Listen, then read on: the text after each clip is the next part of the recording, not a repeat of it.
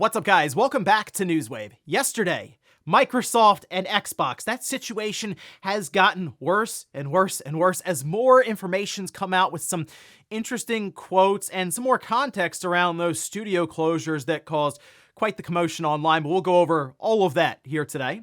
Also, we are going to be talking about a new release that Nintendo's now announced, actually coming up here in a couple of months, and you know, it actually looks like a lot of fun. And then we'll also be talking about a new retro handheld that takes the form of a classic system from actually Nintendo. So if you guys enjoy these videos, make sure you hit that like button, helps out a ton. And if new here to the Spawnwave channel, make sure you subscribe down below. And of course, members of the channel do get Newswave early, and make sure you check out how you can support the channel further by clicking the join button down below this video. And we're going to start today with the ROG Ally because it appears there's a new ROG Ally getting announced today. This seems to be the ROG Ally 2024, which here's the page right now that's set up on YouTube for the premiere, or at least the setup for, I guess, a stream they're going to do. It is live at 3 p.m. Eastern time or 12 p.m. Pacific time, noon. It says the next ROG Ally is coming. So they're going to be going over the as they say, impending ROG Ally hardware, and there has been some speculation stuff around what exactly this is going to be, and it does sound like it's going to be a refresh of the already released ROG Ally, and one of the key points that they're focusing in on may be battery life, which, yeah, that's something that a lot of people do complain about when it comes to these handheld PCs, is when you're going full blast in a graphically intensive game, hour or two tends to be what you get on average from all these different handhelds. I think that's the next big thing to overcome before you get to a full-on ROG Ally 2 is figuring out that battery life. Maybe the screen? I think that's a good idea to go to an OLED because I feel like the Steam Deck OLED has really figured it out with that sweet spot with the screen clarity as well as the 90 hertz refresh rate. And then the SD card situation, there's a whole thing about that ejecting after so much heat has piled up. Got to figure that out too. But hey, we'll find out later on today what exactly they have in store for us. Also, as part of the entire situation around Xbox right now with those studio closures, specifically Arcane Austin, there was an update that was supposed to be coming to Redfall this month. And the big part of that update was it's going to make it so Redfall would work offline. As you know, it is an always online game. It needs to check in even if you're playing by yourself. It's just always connected to servers, which is obviously frustrating when it comes to game preservation. I'm not here to sell you on Redfall. I tell you that it's really good, but who knows? Maybe in the future, some people would want to check it out when servers are gone, or maybe there are people out there who just really like the game. I don't know, but either way, we can see this is posted up. This is over on Pure Xbox, quoting IGN, saying IGN understands Redfall's May update would have added the ability to play offline, which in turn would have helped with keeping the game alive in the future. Unfortunately for players, it will never see the light of day, which sounds really weird to me. I mean, if it was going to be coming out this month, there's 3 weeks left or so in the month. I don't know why you wouldn't just get that last, if it's that close to being done, why you wouldn't just push that update? And I guess they still could. It just seems really, really like this is a whole knee-jerk reaction kind of thing with what happened here with these shutdowns, because apparently a lot of the developers there were working on this update up until they found out the news, probably just like 2 or 3 days ago when we saw that email go out, right? So, I don't know, odd stuff to just leave that update on the shelf, but maybe they'll push that thing out there as they're closing up the support for Redfall going forward, because there is no guarantee that those servers will always be around, and it would be nice to at least have an offline option for the game, even though, again, it's not a great game. It would be nice just to have it there just in case 15 years in the future someone wants to check in on it. Oh, and here's a bit of an odd situation. Hellblade 2 is coming out in, what, like 2 weeks or so, and people online have noticed that there really hasn't been much of a push for it at all when it comes to marketing. And it's strange because you see people trying to tell Xbox you should market a lot of your stuff like much, much more, because they don't really seem to do it as much.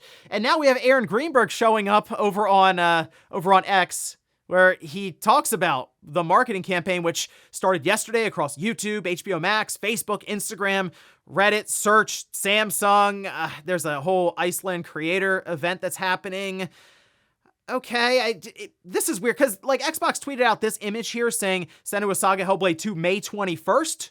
Okay, sure, they're just putting out a message there just to remind people. This was after, by the way, they were getting hit hard by people just telling them, tell people about Hellblade 2. So very strange relationship there at this point when it comes to just the consumers telling the brand to advertise stuff. Usually it's supposed to be them just throwing their product in your face constantly, but not necessarily in this case. And guys, with some of the quick news out of the way, let's get into the bigger stuff. Let's start right away with Nintendo and a brand new game that they announced that we already knew was coming because we had that ESRB rating for Nintendo World Championships NES Edition, and it's now official. There was a full trailer that was released that I thought was really well done because at the beginning of the trailer, before they even started talking about the game, they kind of gave some history and context to the event that the title is based on, even getting some of the contestants and even some of the winners from the previous World Championships. They did one in 2014, 2017, obviously way back in the day, decades ago as well, but still it was really cool to see clips from it and having some of the people just kind of talk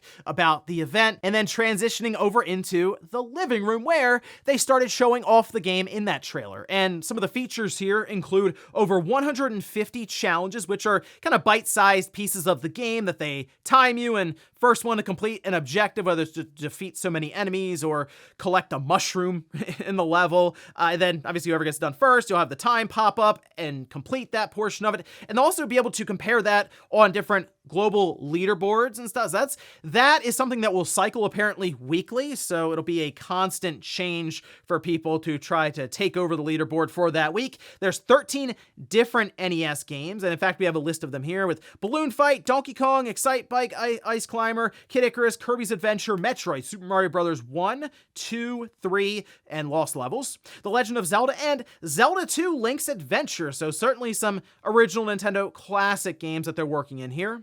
The speedrun mode, up to 8 players in local party mode, and there will be 2 different editions. So there's the standard digital edition, that'll just be $30, and it'll be available on July 18th when the full game launches. And then there's a physical edition that I think looks awesome.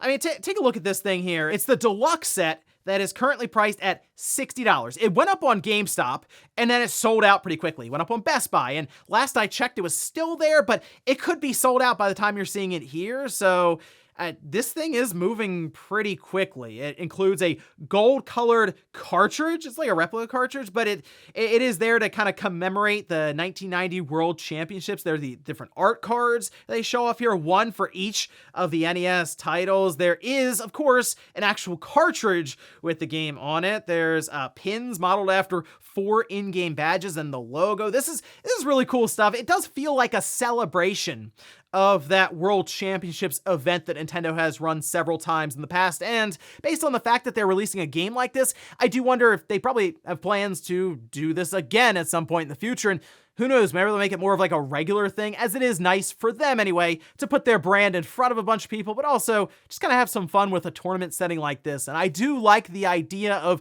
being able to kind of bring it into the home and leverage some of the online capabilities of the Switch. I know it's a smaller game, sure, but I mean, it's priced that way at $30, and I think, at least for a party setting or competitive standpoint, it could be a lot of fun. So yeah, I'll be picking this one up day one. I did manage to grab the collector's edition, the deluxe set, physically. I pre-ordered on GameStop before they disappeared. So here's when I get that round release day, and maybe we'll even do a full unboxing for it on the channel. Should be fun. Next up, let's talk about the continued story of what's been just a disastrous week for Microsoft and the Xbox brand. And now we're seeing, after the studio closures, with the big one obviously being Tango Gameworks, some more context around it from different reports, these coming from Jason Schreier at Bloomberg and Tom Warren with The Verge. So let's start actually with Jason Schreier, who had quite a bit of insight when it comes to the reasoning around some of these closures, which we can see here. They say Tango was in the process of pitching a Hi-Fi Rush sequel, which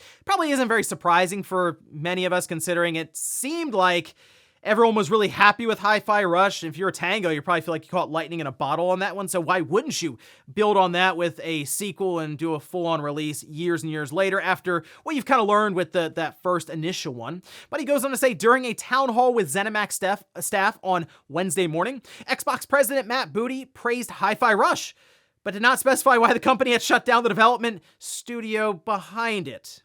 Now, there were rumors that were circulating around like large parts of the staff at Tango going to Shinji Mikami, but that appears to not be correct and was discussed a bit further online by some of the previous developers and employees at Tango Gameworks. But anyway, going further, before its closure, Arcane had been looking to return to its roots by pitching a new single-player immersive sim game, such as a new entry in the Dishonored series.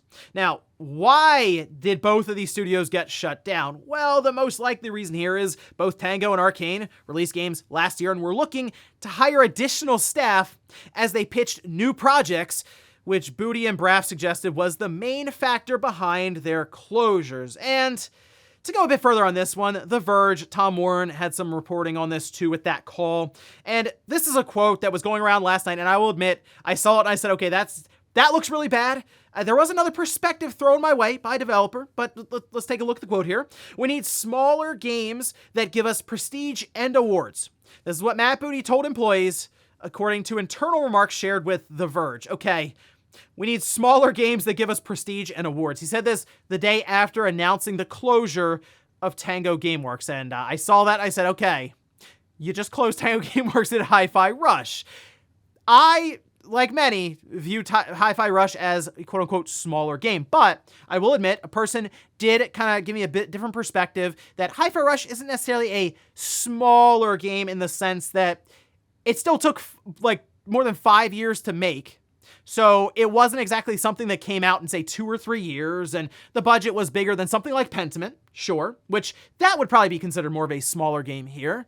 But a lot of people do look at Hi-Fi Rush as a smaller game, and I think a lot of that has to do with Microsoft themselves viewing Hi-Fi Rush as a smaller game. The way that they released it, presented it, priced it, and even have talked about other games much larger than Hi-Fi Rush, being even like mid-sized tier. I think Elder Scrolls 6 during a lot of the stuff with the FTC was brought up as mid-size, as people have pointed out. Still, Hi-Fi Rush doesn't necessarily fall into the category of a game that would come out fast enough, because I think what's really being said here by Matt Booty, and again, terrible choice of words. There's no way to look at that and go, wow, okay, that makes sense.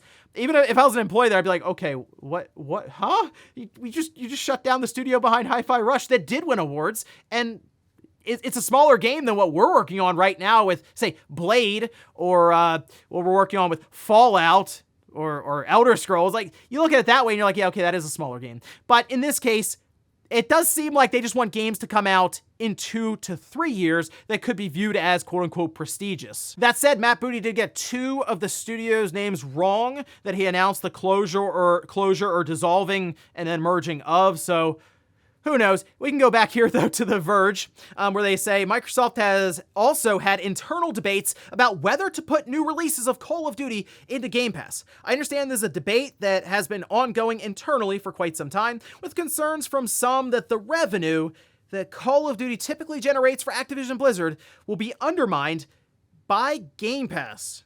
Goes on to say, I'm told that Microsoft has also considered increasing the price of Game Pass Ultimate again. These are only considerations. Oh, okay. So, I will tell you this. If Call of Duty is announced and it does not go into Game Pass, look, I don't necessarily know what the contractual agreements are around 2024's Call of Duty. I think that's still kind of up in the air because Sony had marketing rights for so long that kind of bled into Microsoft buying Activision Blizzard. I don't know if it's this year that they're still kind of have that locked in, but at the very least next year. But either way, if Microsoft can't get Call of Duty into Game Pass, that is going to be a crazy day online. It's going to be an incredibly awkward announcement to have to make. And if you also show up and then raise prices for Game Pass Ultimate to get Call of Duty in there, that's also going to be a very awkward conversation to have.